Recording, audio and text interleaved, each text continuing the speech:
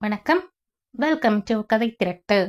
இந்த வீடியோல நம்ம என்ன கதை கேட்க போறோம்னா, வைகறை பொழுதுகள் கதையின் 15வது பகுதி. நம்ம சேனலை இதுவரைக்கும் சப்ஸ்கிரைப் பண்ணாதவங்க சப்ஸ்கிரைப் பண்ணுங்க. பக்கத்தில் இருக்கிற பெல் ஐக்கானை கிளிக் பண்ணி ஆளுங்கிற ஆப்ஷனை பிரஸ் பண்ணுங்க. நான் போடுற கதைகளை உடனுக்குடனே நீங்க கேட்கலாம். வாங்க கதைக்குள்ள போகலாம். ஆஸ்பத்திரியில் இருந்து சத்யாவுடன் திரும்பி வரும்போது செரியான் மற்றும் ஜோஜியின் முகங்கள் சோகத்துடன் இருந்தன.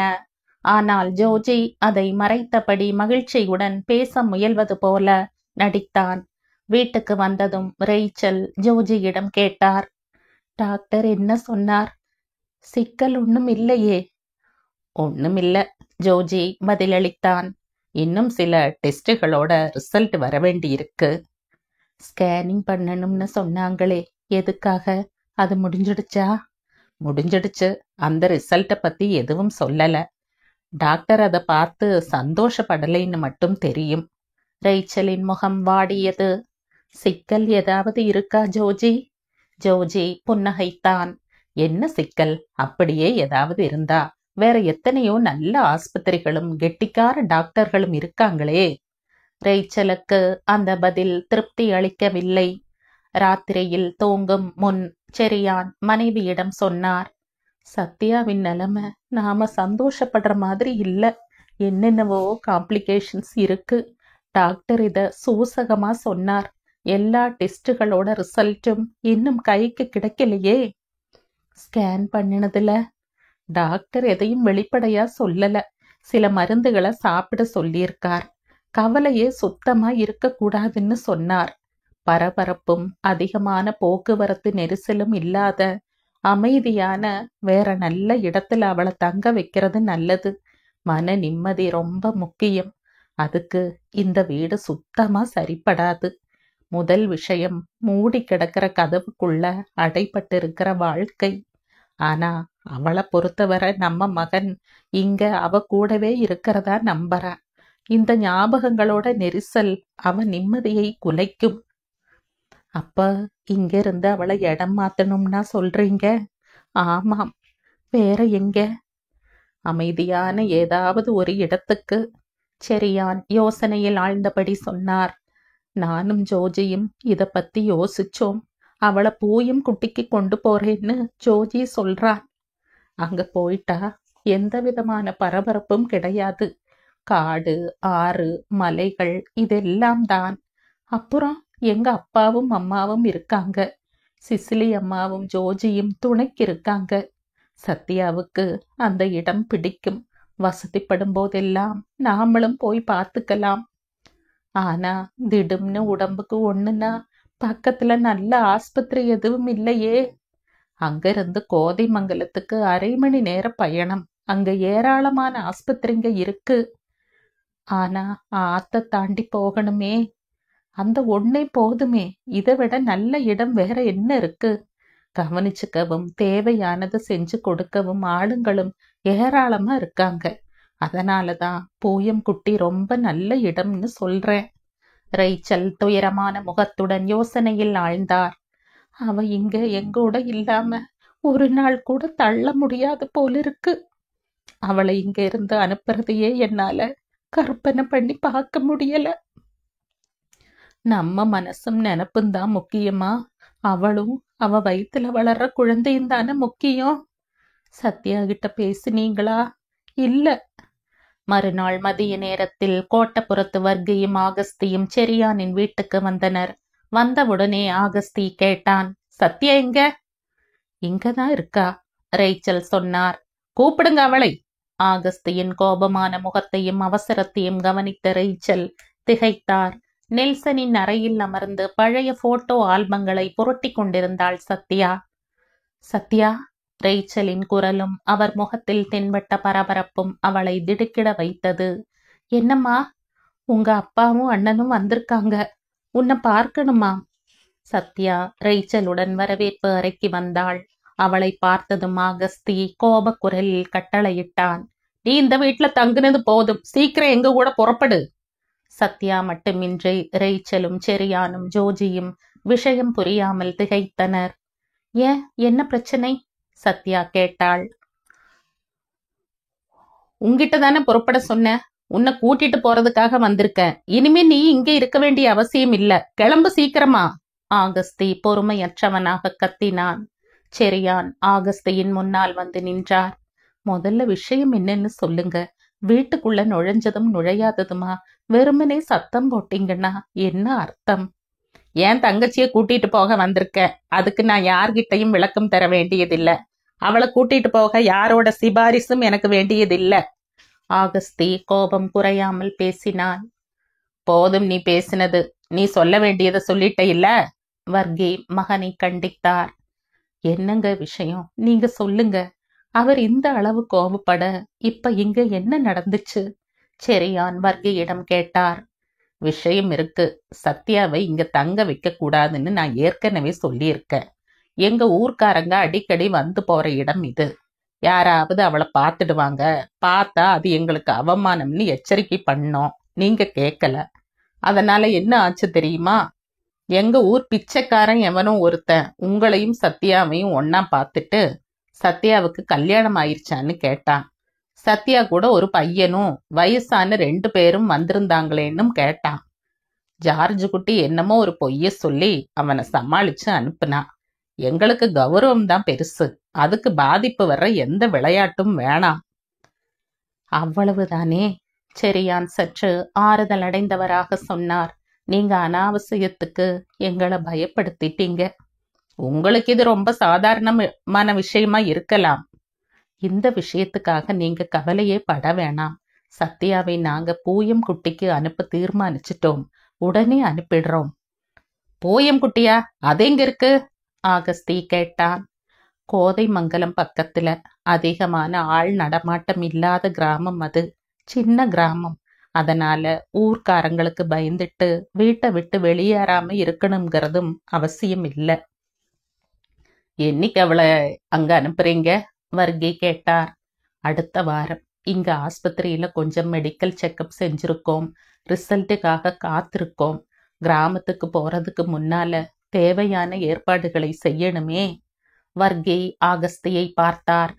அப்படியானா நாம சத்யாவை கூட்டிட்டு போக வேண்டிய அவசியம் இல்ல. வர்கி தனது நிலையில் இருந்து இறங்கி வந்தார்.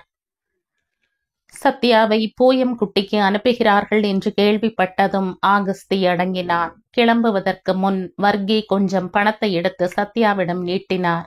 வேண்டாம். சத்யா மறுத்தாள். உனக்கும் சின்ன சின்னதா ஏதாவது தேவை இருக்குமே. ஆஸ்பத்திரி, மருந்து, இப்படி. அதுக்கு மத்தவங்க தயவை எதிர்பார்க்க வேணாமே. அதுக்காகத்தான் வேண்டாம்னு சொல்றேன். பணம் ஏதாவது தேவைப்பட்டா கேட்டு வாங்கிக்க. இப்ப எனக்கு ஒரு அம்மா இருக்காங்க. வர்கி ரேச்சலை ஒரு தடவை பார்த்தார். பிறகு உடல் குன்றியவராக பணத்தை எடுத்து ஜிப்பா பாக்கெட்டுக்குள் போட்டார். இந்த அம்மா இன்னும் எத்தனை நாளைக்கு இருப்பாங்கன்னு பாத்துக்கிறோம். ஆகஸ்தி இளக்காரத்துடன் கருவினான். அதுக்கெல்லாம் எந்த விதமான உத்தரவாதமும் கிடையாதுன்னே. உலகத்துல எந்த உறவுக்குத்தான் உத்தரவாதம் இருக்கு? சத்யாவின் எதிர்கேள்விக்கு ஆகஸ்தியிடம் பதில் இல்லை. ஆகஸ்தியும் வர்கியும் உடனேயே அங்கிருந்து கிளம்பினர். சாலை வரை ஜோஜி அவர்களுடன் சென்றான். ஆகஸ்தி காரில் ஏறும்போது ஜோஜி மெதுவாக கேட்டான். காஞ்சர்பள்ளியில உங்க பன்னிக்குட்டிங்க எல்லாம் சௌக்கியம்தானே? அதுங்களை நாங்க விசாரிச்சதா சொல்லுங்க. ஆகஸ்தி அடக்க முடியாத கோபத்துடன் ஜோஜியை முறைத்துவிட்டு காரின் கதவை இழுத்து மூடினான். கார் புறப்பட்டது. டெலிபோனில் பதில் அளித்தவாறு டாக்டர் அன்னம்மா ஆண்ட்ரூஸ் பிரிஸ்கிரிப்ஷன் எழுதினார். ரிசீவரை கீழே வைத்த பிறகு செரியானையும் ஜோஜியையும் மாறி மாறி பார்த்தார். இருவரும் மௌனமாக டாக்டருக்கு எதிரில் இருந்த நாற்காலிகளில் அமர்ந்திருந்தனர். ஏற்கனவே பேசியதன் மீதி என்பது மாதிரி டாக்டர் கேட்டார். அப்படின்னா இதுக்கு வேற வழியே இல்லைன்னு சொல்றீங்க? உங்ககிட்ட நாங்க ஏற்கனவே எல்லாத்தையும் சொல்லிட்டோமே, செரியான் கூறினார்.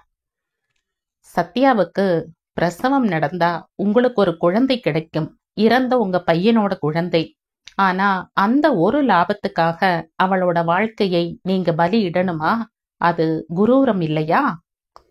டாக்டர், நீங்க எங்களை தப்பா புரிஞ்சுக்கிட்டீங்க. சத்யாவை பலி கொடுத்து கிடைக்கிற குழந்தை எங்களுக்கு வேண்டாம். அந்த அளவுக்கு கொடூரமான செல்ஃபிஷ்னஸ் எங்களுக்கு இல்லை. அந்த குழந்தையே இல்லேனாலும் சத்யா உயிரோட இருக்கணுங்கிறது தான் எங்க பிரார்த்தனை, செரியான் கூறினார். அப்புறம் என்ன தடை? 5 மாசம் தானே ஆகிருக்கு. ஒரு எம்டிபி நடத்தினா காரியம் முடிஞ்சிடும். நோயாளியை பொறுத்தவரை அது அத்தியாவசியமும் கூட. அவங்க உயிரோட இருக்கிறது தானே முக்கியம். அதுக்கு அவ ஒப்புக்குவாளான்னு தெரியல. விஷயத்தை அவகிட்ட எடுத்து சொல்லி புரிய வைக்கணும். கருப்பையில கட்டி இருக்கிறது தான் முக்கியமான விஷயம். நாங்க இத ஓவேரியன் சிஸ்ட்னு சொல்வோம். இது ரொம்ப சின்னதா இருந்தா கூட சில நேரம் ஆபத்தாயிடும். மட்டுமில்லாம அந்த பொண்ணோட கருப்பை 2 பகுதியா பிரிஞ்சிருக்கு. பை கார்பனேட் யூட்ரஸ்னு இத சொல்வோம். குழந்தை வளரதா இருந்தா மேலும் கீழுமா புரண்ட நிலையில இருக்கும். வேற சிக்கல் எதுவும் இல்லைனாலும் இயற்கையான பிரசவமா இருக்காது. சிசேரியன் தேவைப்படும். இது எல்லாத்துக்கும் மேல பிளட் பிரஷர். அதனாலதான் இவ்வளவு தூரம் சொல்றேன். முடிஞ்ச அளவுக்கு அதை தவிர்க்கிறது நல்லதுன்னு. அதையும் உடனடியா பண்ணணும். இதுக்கு அவ ஒப்புக்கலைன்னா என்ன பண்றதுங்கிறது தான் என்னோட பயம். செரியான் வருத்தம் நிறைந்த குரலில் சொன்னார். இப்படி சொன்னா பத்தாது. நீங்க தான் அவளை இதுக்கு ஒப்புக்க வைக்கணும். வேணும்னா நாளைக்கோ நாளை மறுநாளோ அவளை இங்க கூட்டிட்டு வாங்க. நானே பேசி பார்க்கறேன். Thank you doctor. செரியானும் ஜோஜியும் எழுந்தனர். வீட்டுக்கு வந்தவுடன் செரியான் ரேச்சலுடன் இதை பற்றி யோசனை செய்தார். இதனால அவளுக்கு ஆபத்து வருதுன்னா நாம இதை வேண்டாம்னு தீர்மானிக்க வேண்டியதுதான், ரேச்சல் சொன்னார். சத்யா இதுக்கு ஒப்புக்கணுமே. நான் சொன்னா கேப்பா. இரவு நேரத்தில் ரேச்சல் சத்யாவுடன் பேசினார். சத்யா அவர் சொன்னதை அமைதியாக கேட்டுக்கொண்டாள். நமக்கு இப்படி ஒரு அதிர்ஷ்டம் இல்லைன்னு நினைச்சுக்கம்மா. எல்லாம் கடவுளின் விளையாட்டு. உயிரை பணையும் வச்சுட்டு அப்படி பெத்தெடுக்கிற குழந்தை நமக்கு வேண்டாம். சத்யா மறுப்பது போல் தலையாட்டினாள். எனக்கு இந்த குழந்தை வேணும். இந்த குழந்தையை பெத்தெடுக்க முடியாத எனக்கு ஒரு வாழ்க்கை எதுக்கு? நான் அந்த குழந்தையோட முகத்தை பார்க்கணும். ஒரே ஒரு தடவையாவது. அதுக்கு பிறகு நான் இறந்துட்டா கூட பரவாயில்ல. அந்த ஒரு நிமிஷத்துக்காகத்தான் இன்னும் உயிரோட இருக்கேன். இல்லைன்னா என்னைக்கும் நான். இல்லம்மா சத்யா, எங்களுக்கும் உயிர்தான் பெருசு. சத்யா சற்று நேரம் மௌனமாக இருந்தாள். நான் அந்த டாக்டரை ஒரு தடவை பார்க்கணும். ஏன் உயிருக்கு அவ்வளவெல்லாம் முக்கியத்துவம் இல்லைன்னு அவங்களுக்கு புரிய வச்சுட்டா ஒருவேளை குழந்தை பெத்துக்க அவங்க என்னை அனுமதிக்கலாம். ரேச்சலின் வார்த்தைகளுக்கும் சத்யா மசியவில்லை. கடைசியில் செரியானும் ஜோஜியும் சென்று அவளிடம் பேசினர். ஆனால் சத்யா தனது தீர்மானத்தில் உறுதியாக இருந்தாள். மறுநாள் ஜோஜியும் செரியானும் சேர்ந்து சத்யாவை டாக்டரிடம் அழைத்து சென்றனர். கன்சல்டிங் அறைக்குள் அவளுடன் அவர்களும் நுழைய முற்பட்ட போது சத்யா சொன்னாள், நான் டாக்டர் கிட்ட கொஞ்சம் தனியா பேசணும். அறைக்குள் அவள் நுழைந்தாள். அவளை பார்த்த டாக்டர் புன்னகைத்தார். உட்காருங்க சத்யா. தனியா தான் வந்திருக்கீங்களா? இல்ல, கூட வந்திருக்கிறவங்க வெளியே இருக்காங்க. டெஸ்ட் ஸ்கேனிங் ரிசல்ட்களை அவங்க உங்ககிட்ட சொன்னாங்களா? சொன்னாங்க. சத்யா டாக்டருக்கு எதிரில் அமர்ந்தாள். அப்படின்னா நாம இதை தவிர்க்கணும் இல்லையா? இதுல வருத்தப்பட எதுவும் இல்ல. சத்யாவுக்கு இனிமேலும் குழந்தைங்க பிறக்கும். சத்யா மறுப்பது போல் தலையாட்டினாள். ஆனா என் புருஷன் இறந்துட்டாரே. டாக்டர் அன்னம்மா ஆண்ட்ரூஸ் அவள் கண்களை உற்று பார்த்தார். கல்யாணம் ஆகலையே? ஆயிடுச்சுன்னு நான் நினைச்சுக்கிறேன். ஆனா அதுக்கான சடங்குகள் நடக்கல. அது நடக்கவும் முடியாது. எங்க உறவு அப்படிப்பட்டதா இருந்தது. அதுக்கெல்லாம் இந்த அளவுக்கு முக்கியத்துவம் கொடுக்க வேண்டியதில்லை. நாம என்ன நினைக்கிறோமோ அதுதான் முக்கியம். தன்னை நிலை நிறுத்திக்கிறது தான் மனுஷனோட பிரச்சனை. அதுக்கு பிறகுதான் மிச்சம் இருக்கிற எல்லாமே. வாழ்க்கை மதிப்பு வாய்ந்தது. அதுவும் ஒரே ஒரு தடவை தான் வருது. அதை முக்கியத்துவம் இல்லாத சில சென்டிமெண்ட்டுகளுக்காக பணயம் வைக்கிறதோ பலியிடுறதோ சரியில்லை. வாழ்க்கையில அதையெல்லாம் வெற்றி கொள்றது அவசியம். சவால்களும் சிக்கல்களும் ஏற்படும் போது நாம எதிர்த்து நின்னு ஜெயிக்கணும். நாம ஒவ்வொரு காலடியையும் முன்புறமாத்தான் எடுத்து வைக்கணும். சத்யா புன்னகைத்தாள். டாக்டர், இப்ப சொன்னீங்களே, நாம எப்படி நினைக்கிறோமோ அவ்வளவுதான் அதோட மதிப்புன்னு. நான் என்னோட வாழ்க்கையை ரொம்பவும் துச்சமா நினைச்சவ. அதுக்கு நடுவுல நீங்க சொன்ன மாதிரி கொஞ்சம் சென்டிமெண்ட்ஸ் உண்டாகிடுச்சு. நான் அதுக்கு என் வாழ்க்கையை விட அதிகமான மதிப்பு கொடுத்திருக்கேன். என்னால அப்படித்தான் நினைக்க முடியும். மனசுதானே முக்கியம். நொடி எடை பேச்சை நிறுத்தியவள் தொடர்ந்தாள். என் வாழ்க்கைக்கு நான் தர்ற மதிப்பு 0ன்னு வச்சுக்கங்க. அப்ப என் குழந்தையை பெத்துக்க ஏதாவது சான்ஸ் இருக்கா? 50% சான்ஸ் வேணுங்கிறது இல்ல டாக்டர். 20%? அது கூட வேண்டாம். 10% வாய்ப்பு இருக்கா? வெறும் 0த்தை விட இது பெருசில்லையா? டாக்டர் எதுவும் பதிலளிக்காமல் அவள் முகத்தையே பார்த்தார். என் குழந்தையை நான் உயிரோட பெத்தெடுக்கணும். அவன் முகம் பார்க்க 1% வாய்ப்பு கூட இல்லையா டாக்டர்? டாக்டர் மந்தமாக தலையாட்டினார். 1% இல்ல, அதுக்கும் அதிகமாகவே இருக்கு. ஆனா ஆபத்தோட வாய்ப்பு அதை விட 2 பங்கு இருக்கே. பரவாயில்ல டாக்டர், மரணத்துக்கு நான் பயப்படல. அதிர்ஷ்டத்தால நான் உயிரோட இருப்பேன்னு நீங்க நினைச்சா என் குழந்தையும் என் பக்கத்திலேயே இருக்குமே. ஒருவேளை அதுல நான் இறந்துடுறதா இருந்தா நானும் அவங்கிட்ட தானே போய் சேருவேன். 2மே எனக்கு மகிழ்ச்சியான விஷயம்தான் டாக்டர். இந்த தீர்மானத்துல எந்த மாற்றமும் இல்லையா? இல்ல டாக்டர், நான் அப்படிப்பட்டவள் ஆயிட்டேன். சரி சத்யா, நீங்க போலாம். அவங்கள வர சொல்லுங்க. Thank you doctor. சத்யா கதவை திறந்து வெளியேறினாள். உங்களை கூப்பிடுறாங்க. வெளியே ஆவலுடன் காத்திருந்த ஜோஜி மற்றும் செரியானிடம் கூறினாள். அவர்கள் டாக்டரது அறைக்குள் நுழைந்தனர். சத்யா ஆஸ்பத்திரியின் நீண்ட காரிடாரில் மெதுவாக நடந்தாள். காரிடாரின் கோடியில் கன்னி மாதாவின் சிலையை நிறுவியிருந்தனர். அவரது காலடியில் ஒரு விளக்கு. ஆட்டுக்குட்டிகள் அவரை சூழ்ந்திருந்தன. கன்னி மாதாவின் கையில் பச்சிளம் குழந்தை ஒன்று இருந்தது. சத்யா அந்த சிலையையே பார்த்தபடி ஒரு சில நிமிடங்கள் தியானத்தில் ஆழ்ந்தாள். டாக்டர் பேடில் இருந்து பிரிஸ்கிரிப்ஷன் எழுதிய காகிதத்தை கிழித்தெடுத்து நீட்டினார். ஜோஜி அதை வாங்கினான். கொடுக்க வேண்டிய மருந்துகளை இதுல எழுதியிருக்க. மருந்து நிறுத்தாம கொடுங்க. சரியான நாள்ல வந்து செக்அப் பண்ணிக்கங்க. அபார்ஷனுக்கு சத்யா ஒப்புக்கலைங்கிறதால நம்மளால இவ்வளவுதான் செய்ய முடியும். நாம எவ்வளவுதான் முன்னெச்சரிக்கையா இருந்தாலும் கடவுள் நினைக்கிறபடிதான் எதுவும் நடக்கும். நாம அப்படி நம்மை ஆறுதல் படுத்திக்க வேண்டியதுதான். செரியான் மற்றும் ஜோஜியின் முகம் சோகத்தால் வாடி இருந்தது. டாக்டர் தொடர்ந்தார். நீங்க சொன்ன மாதிரி போயம் குட்டிக்கு அவளை கூட்டிட்டு போறதுல பிரச்சனை எதுவும் இருக்கிறதா தெரியல. ஆறுதலும் மகிழ்ச்சியும் கிடைக்கிற சூழ்நிலையா இருந்தாலே போதும். ஓய்வும் தூக்கமும் அவசியம். உடம்பு அந்த அளவுக்கு மோசமா இல்லாததால நடக்கிறதுல ஒன்னும் தப்பில்ல. கனமான வேலை எதுவும் செய்ய வேண்டியதில்லையே. சட்டுன்னு ஒண்ணுன்னா பக்கத்துல ஆஸ்பத்திரி ஏதாவது இருந்தா நல்லது. நல்ல ஒரு ஆஸ்பத்திரிக்கு வரணும்னா குறைஞ்சது 1/2 மணி நேரம் பயணம் பண்ணணும், ஜோஜி குறிப்பிட்டான். அது பரவாயில்ல, இந்த மருந்துகளை நிறுத்தாம கொடுங்க. தவறாம மாசம் ஒரு செக்கப். அதுக்காக இங்கேயே வரணுங்கிறது இல்ல. எப்ப டாக்டர் கிட்ட போனாலும் ஸ்கேனிங் மத்த டெஸ்ட் ரிசல்ட்டுகளை மறக்காம கொண்டு போங்க. நீங்க பாக்குற டாக்டர் கிட்ட கண்டிப்பா காட்டணும். இருந்தாலும் பிரசவத்துக்கு இங்க வர்றது நல்லது. அப்படியே பண்றோம் டாக்டர். செரியான் ஒப்புக்கொண்டு தலையாட்டினார். அப்ப சரி, wish you all the best. நான் சொன்ன விஷயங்களோட அவளுக்காக நீங்க எல்லோரும் பிரார்த்தனை பண்ணுங்க. செரியானும் ஜோஜியும் டாக்டரிடம் விடை பெற்று புறப்பட்டனர். காரிடாரின் கோடியில் இருந்து சத்யா மெதுவாக நடந்து வந்தாள். முடிஞ்சதா? அவர்கள் அருகில் வந்ததும் சத்யா கேட்டாள். செரியானால் அவள் முகத்தை பார்க்க முடியவில்லை. போகலாமா? ஜோஜி கேட்டான். சத்யா அவர்களுடன் சென்று காரில் ஏறினாள். கார் நகர்ந்தது. வீட்டை அடைவது வரை யாரும் எதுவும் பேசவில்லை.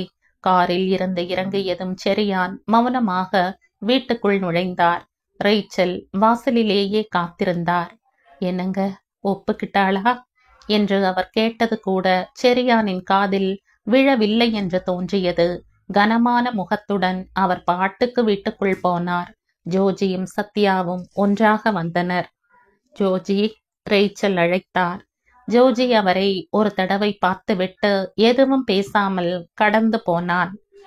சத்யா ரேச்சலின் அருகே வந்தாள். அவர் கையை பிடித்து கொண்டு புன்னகையுடன் சொன்னாள், எல்லாம் சரியாயிடுமா? அதை கேட்டதும் ரேச்சல் சற்று ஆறுதல் அடைந்தார். பிரச்சனைகள் எல்லாம் நல்லபடியாக முடிந்தது மாதிரி. சத்யா அவரின் உள்ளங்கையில் முத்தமிட்டுவிட்டு ஏதோ ஒரு பாட்டை முனகியபடி தனது அறைக்கு சென்றாள். ரேச்சல் அறைக்குள் நுழைந்த போது செரியான் மேஜை மீது தலை குனிந்து அமர்ந்திருந்தார். காலடி ஓசை கேட்டதும் அவர் அவசர அவசரமாக கர்ச்சீஃபால் முகம் துடைத்தார். அவர் கண்கள் சிவந்து வீங்கியிருந்தன. என்னங்க அச்சு?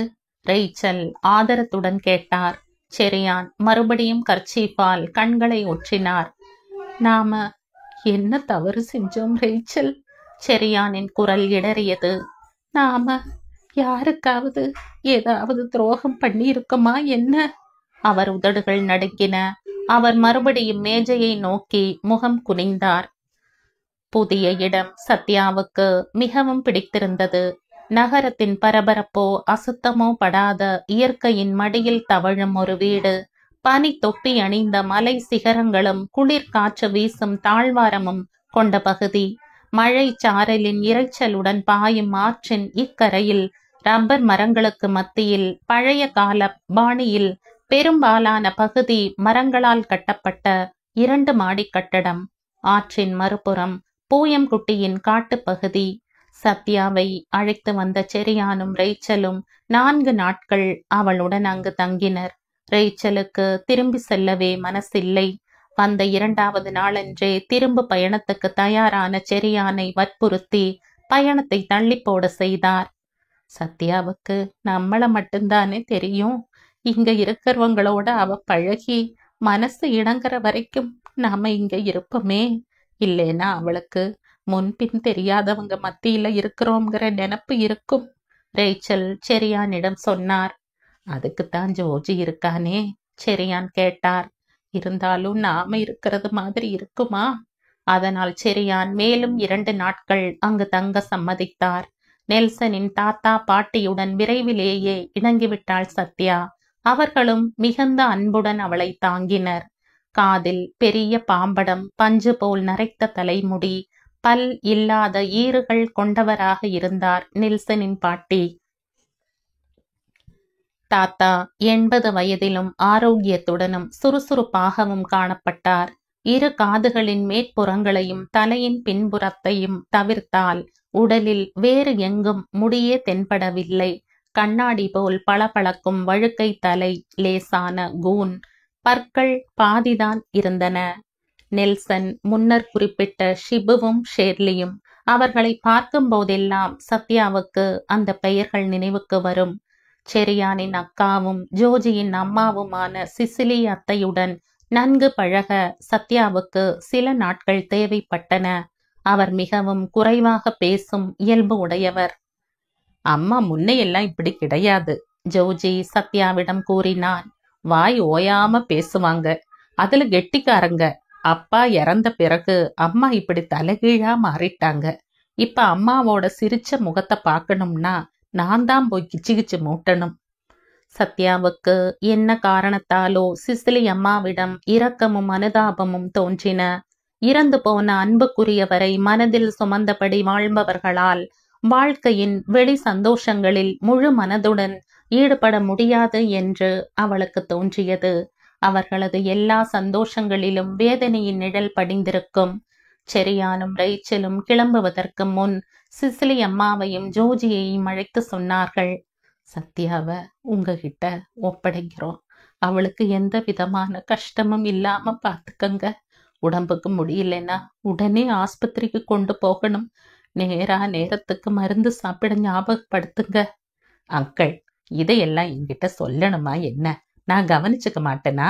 ஜோஜி கேட்டான். இப்படி சொல்றதுலையாவது மனசு கொஞ்சம் ஆறுதல் அடையட்டுமேன்னு தான். ரேச்சல் சத்யாவை அருகில் அழைத்து சொன்னார்.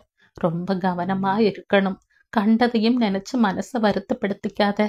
மறக்காம 3 வேளையும் மருந்து மாத்திரைகளை சாப்பிடணும். உடம்புக்கு ஏதாவதுன்னா தயங்காம ஜோஜி கிட்டையோ சிசிலி அம்மா கிட்டையோ சொல்லு. நான் தனியா எதையும் சொல்ல வேண்டியதில்லை. மிச்சமெல்லாம் உனக்கே தெரிஞ்சதுதான்.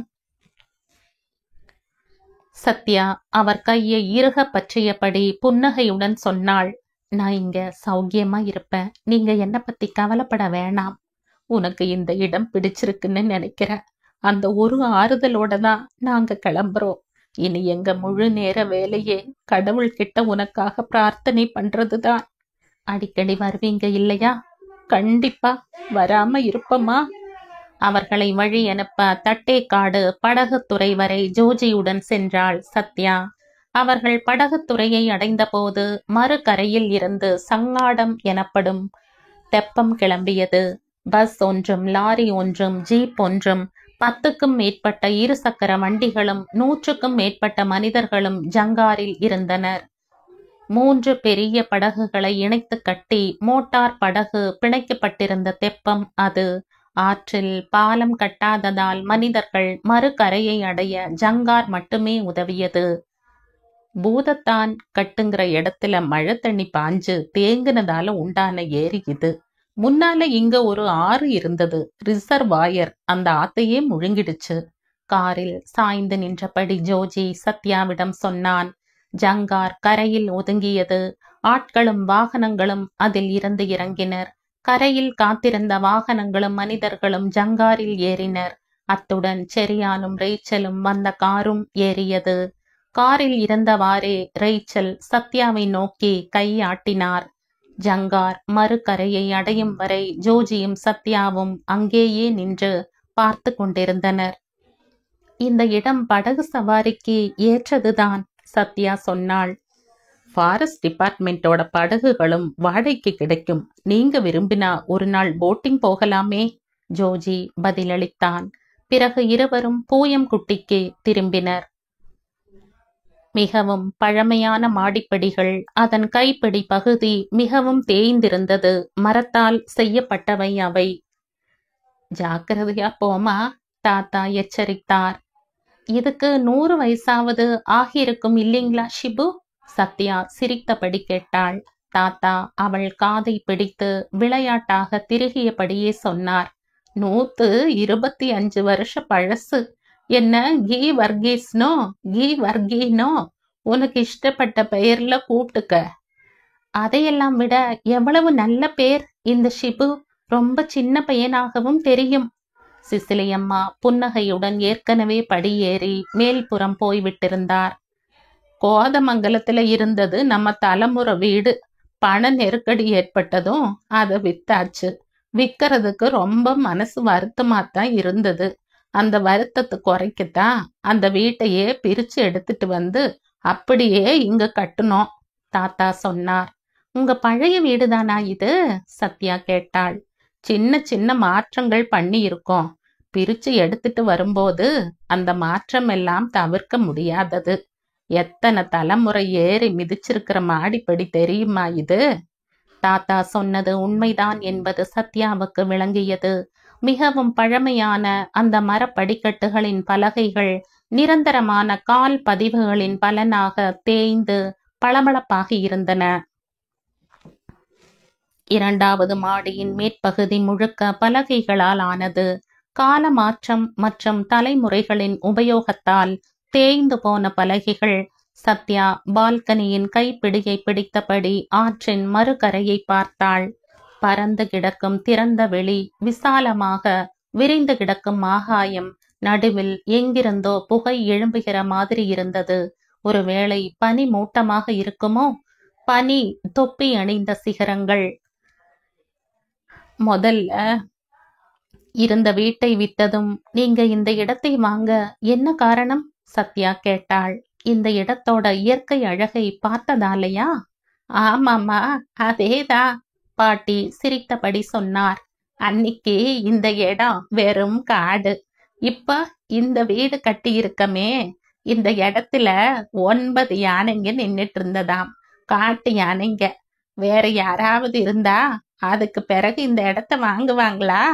ஆனா இவர் உடனே அட்வான்ஸ் கொடுத்துட்டு கிளம்பிட்டார். அது மட்டுமா, அதுக்கு பிறகு எல்லார்கிட்டையும் வீராப்பா சொன்னார், போயம்குட்டியில நான் இடத்துக்கு விலை பேசி இருக்கிறது 9 யானைகளுக்கும் சேர்த்து தான்னு. ஊருக்குள்ளிருந்து காட்டு பக்கம் வந்ததால் ஏற்பட்ட கோபம் இன்னும் பாட்டியிடமிருந்து விலகவில்லை என்பது புரிந்தது. தாத்தா முகத்தில் குறும்பு சிரிப்பு. நான் வேற எதையும் பார்க்கலம்மா சத்யா. விருப்பம் போல மீன் பிடிக்க ஒரு ஆறு, அதே மாதிரி ஆசை தீர வேட்டையாட ஒரு காடு. வரிசையா ஒண்ணுக்கு பின்னால ஒண்ணா ரயில் பெட்டி மாதிரி கட்டி போட்டு மிதந்துட்டு இருக்கிற மூங்கில் கட்டுகள் அப்படியே ஆத்துல மிதத்துன்னு இருந்துச்சு. கூப்பிடு தொலைவில் 2 பேர் மூங்கில் தெப்பத்துல நின்னுட்டு கோல் போட்டுட்டு இருந்தாங்க. சத்யா 2வது மாடியின் நீண்ட பால்கனியில் மெதுவாக நடந்தாள். மரச்சுவர் முழுக்க ஃப்ரேம் செய்து மாட்டப்பட்ட பழைய போட்டோக்கள். அவற்றில் சிலவற்றை காலப்பழமையால் பூச்சி அரித்திருந்தது. சில எந்த விதமான சேதமும் இல்லாமல் இருந்தன. வேறு சில படங்கள் நிறம் மாறி சேதமடைய தொடங்கி இருந்தன. அவற்றில் இருந்த மனித உருவங்கள் தெளிவற்ற தெரிந்தன. அதில் தாத்தா பாட்டியின் திருமண புகைப்படமும் இருந்தது. பழமையால் பழுப்பு மஞ்சளாக இருந்தது அந்த படம். சத்யா ஆசையுடன் அதையே பார்த்தாள். 2 பேருக்கும் நல்ல இளமை. ஷேர்லி அன்னைக்கு ரொம்ப அழகா இருந்திருக்காங்களே. சத்யாவின் பேச்சை கேட்டு பாட்டி வாய்விட்டு சிரித்தார். அவ முகத்தை பாருமா, கிழவியோட வெக்கம். அடப்போங்க நீங்க வேற. பாட்டி தன் கணவரை போய் கோபத்துடன் கடிந்தார். செரியான் ரேச்சல் திருமண படம் எந்தவித சேதாரமும் இல்லாமல் இருந்தது. மற்றொரு இடத்தில் சிசிலி அம்மாவின் திருமண படம். இறந்து போன அவர் கணவரின் முகத்தை சத்யா ஊன்றி கவனித்தாள். ஜோஜியின் அப்பா அச்சு அசலாக ஜோஜியின் அதே உருவம். ஜோஜி தாடி வளர்த்து இருந்தான். தாடி இல்லாவிட்டால் வித்தியாசமே தெரியாது போலிருந்தது. ஜோசப்பின் அதே முகம் உருவம்தான் ஜோஜிக்கு. ஜோசப் இல்லாம போயிட்டானேன்னு நினைக்க முடியாது, தாத்தா சொன்னார். சிசிலி அம்மா எதுவும் சொல்லாமல் ஓரமாக ஒதுங்கி நின்றார். நடுவயது தாண்டிய பிறகும் அழகு சற்றும் குறையாத அந்த முகத்தில் துயரத்தின் நிழல். ஒருபோதும் மிகவும் அழகாக தென்பட்ட விரிந்து அகன்ற விழிகள், கண்களின் கீழ் பகுதியில் கருப்பு வளையங்கள், பின்புறமாக மடித்து முடிந்த மென்மையான முடியில் வெள்ளி இழைகள் ஏராளமாக தென்பட்டன. அவர் எதையோ நினைவு கூர்கிறார் என்று சத்யாவுக்கு தோன்றியது. அகாலத்தில் பிரிந்த கணவரை பற்றிய நினைவு கூறலாக இருக்கலாம். அவர்கள் ஒன்றாக செலவழித்த அன்பு நிறைந்த நிமிடங்கள் குறித்து யோசிக்கலாம். எதிர்பாராமல் திடீரென்று இடி விழுந்தது மாதிரியான அந்த துயரத்தை நினைத்து பார்க்கலாம். பாட்டி சத்யாவின் கையை பிடித்து முன்புறமாக நடந்தார். அந்த பகுதியில் இருந்த சுவர் முழுக்க குழந்தைகளின் படங்கள். நிறைந்த சிரிப்புடன் தென்பட்ட குழந்தைகள் தரையில் படுத்தபடி, கவிழ்ந்து படுத்தபடி, நீந்துவது தவழ்வது மாதிரி நாற்காலிகளில் உட்கார்ந்த நிலையில், 3 சக்கர சைக்கிளில் உட்கார்ந்தபடி, இப்படி ஒவ்வொரு போஸில். இது ஜோஜியும் நெல்சனும் குழந்தைகளாய் இருந்தப்ப எடுத்த படம், பாட்டி சொன்னார். நெல்சனின் குழந்தை பருவ படங்கள் அவளை மிகவும் கவர்ந்தன. உடம்புல ஒரு பொட்டு துணி இல்லாம வெக்கப்பட்டுட்டு நிக்கிறானே, அது நெல்சனின் 1.5 வயசுல எடுத்த படம். சிசிலி அம்மா ஒரு படத்தை சுட்டி காட்டியபடி சத்யாவிடம் சொன்னார். அவன் நிற்கும் தோரணையை பார்த்ததும் சத்யாவுக்கு சிரிப்பு வந்தது. குட்டியூண்டு கண்களில் என்ன ஒரு வெட்கம். நாணத்துடன் தலை குனிந்தபடி நிற்கிறான். நாணத்தை மறைப்பதற்கான முயற்சியாலோ அல்லது பரபரப்பில் எங்கேயாவது ஓடி ஒளிய வேண்டும் என்ற முயற்சியினாலோ தெரியவில்லை. அவன் கைகள் 2ம் அரைஞான் கொடியை பிடித்திருந்தன. இது 3 வயசுல எடுத்தது. சிசிலி அம்மா நெல்சனின் மற்றொரு படத்தை சுட்டி காட்டினார். அகன்று விரிந்த குறும்பு நிறைந்த கண்களும் உப்பிய கன்னங்களும் அரை குறை புன்னகையுடன் மிடுக்காக நிற்கும் படம். அவன் தானே தன் உதிரத்திற்குள் இருக்கிறான். சத்யா தன்னையும் மீறி தன் வயிற்றின் மீது கையை வைத்தாள். சின்ன வயசுல ரொம்ப அழகா இருக்கிற நெல்சன், சத்யா பாட்டியை பார்த்து சொன்னாள். ஆமாமா, இந்த மாதிரி ஒரு குறும்புக்காரன நான் எங்கேயுமே பார்த்ததில்ல. என்ன அட்டகாசம்ங்கிற. ஒரு இடத்துல அடங்கி உட்கார்ந்துருப்பானா? சொன்னாலும் கேட்கறதில்ல. எப்ப பாரு கீழே விழுந்து மண்டைய உடைச்சுக்கிட்டு ஆத்துக்கு போயிட்டா ஒரே கும்மாளமும் கூத்துந்தா. பாட்டி பல்லில்லாத ஈறுகள் காட்டி குழந்தை போல சிரித்தார். ஒரு தடவை ஆத்து தண்ணி அடிச்சுட்டே போயிருக்கும் அவனை, சிசிலி அம்மா சொன்னார். அப்ப நெல்சனுக்கு 4 வயசு இருக்கும். நானும் அவன் பாட்டியும் எங்க வீட்டு வேலைக்காரியுமா ஆத்துக்கு துணி துவைக்க போனோம். அவனும் அழுது அடம் பிடிச்சு எங்க கூட வந்தான். கரையோரமா அவனை மணல்ல உட்கார வச்சுட்டு நாங்க பேசிக்கிட்டே துணி துவைச்சோம். ஆத்துக்கு நடுவுல இடுப்பளவு தண்ணியில இறங்கி துவைச்ச துணியை அலசிக்கிட்டு இருந்தோம். திடும்னு ஏதோ ஒண்ணு கால்ல தட்டுப்பட்ட மாதிரி இருந்தது. தண்ணிக்குள்ள அடிச்சிட்டு வந்தது நாயோ பூனையோன்னு நினைச்சிட்டு பார்த்தா அது ஒரு குழந்தை, அதுவும் நெல்சன். மணல்ல உட்கார்ந்திருந்தவன் எப்ப தண்ணியில இறங்குனா, எப்படி பாய்ச்சல்ல மாட்டிக்கிட்டான்னு யாருக்கு தெரியும்? அவனை தண்ணியில இருந்து வாரி எடுத்தா பயந்து மிரண்டு ஏராளமா தண்ணி குடிச்சிட்டு, கடவுளே, அன்னைக்கு நாங்கெல்லாம் எப்படி பதறிட்டோம் தெரியுமா? அந்த காட்சியை இப்போது தம் கண் முன் பார்ப்பது மாதிரி சிசிலியம்மாவின் முகத்தில் பயமும் வெளிரலும் தென்பட்டன. அன்னைக்கு என் கால்ல வந்து சிக்கலேனா நினைக்கும் போதே பகீருங்குது. அன்னைக்கு எப்படியோ கடவுள் புண்ணியத்துல தப்பிச்சிட்டான். சற்று நேரம் அங்கு அமைதி நிலவியது. அன்னைக்கே செத்து போயிருந்தா கூட பரவாயில்லைன்னு இப்ப தோணுது.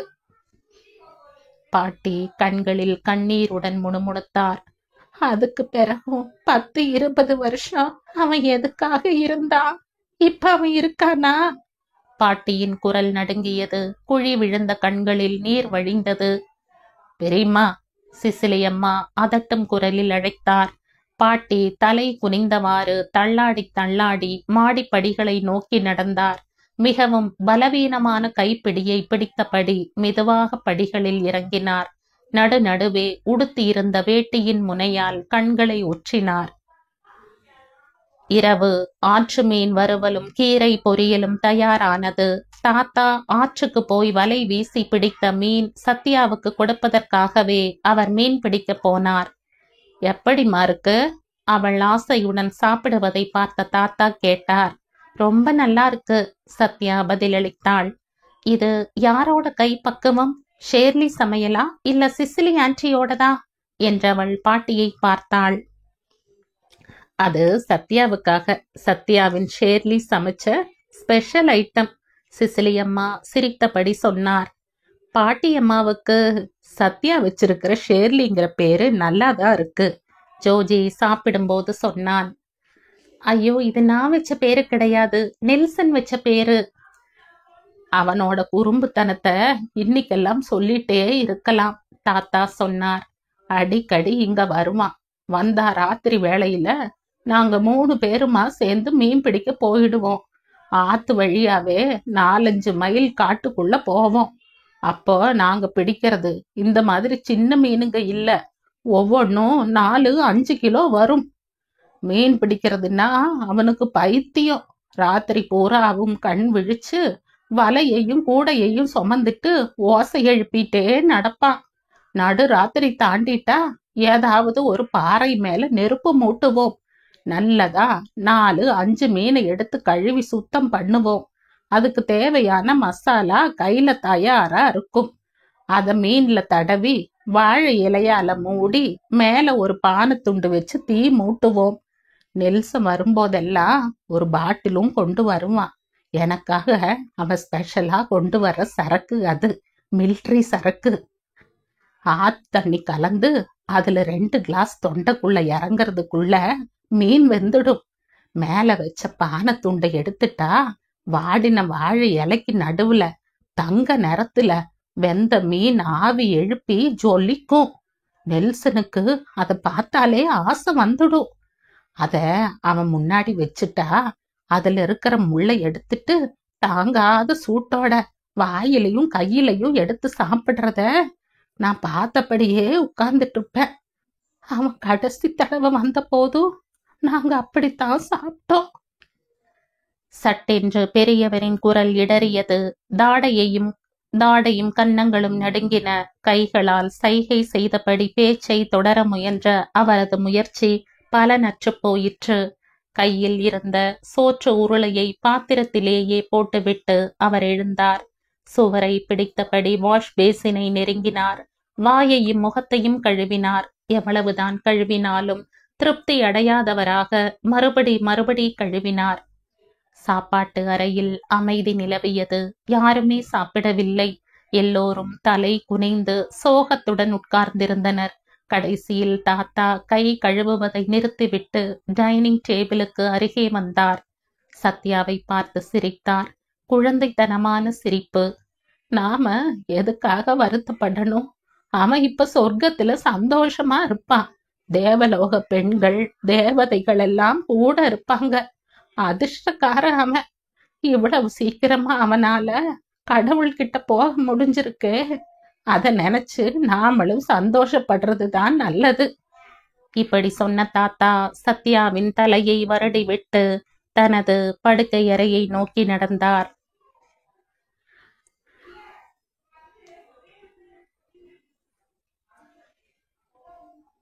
இந்த கதையின் தொடர்ச்சியை அடுத்த பதிவில் கேட்கலாம். நன்றி.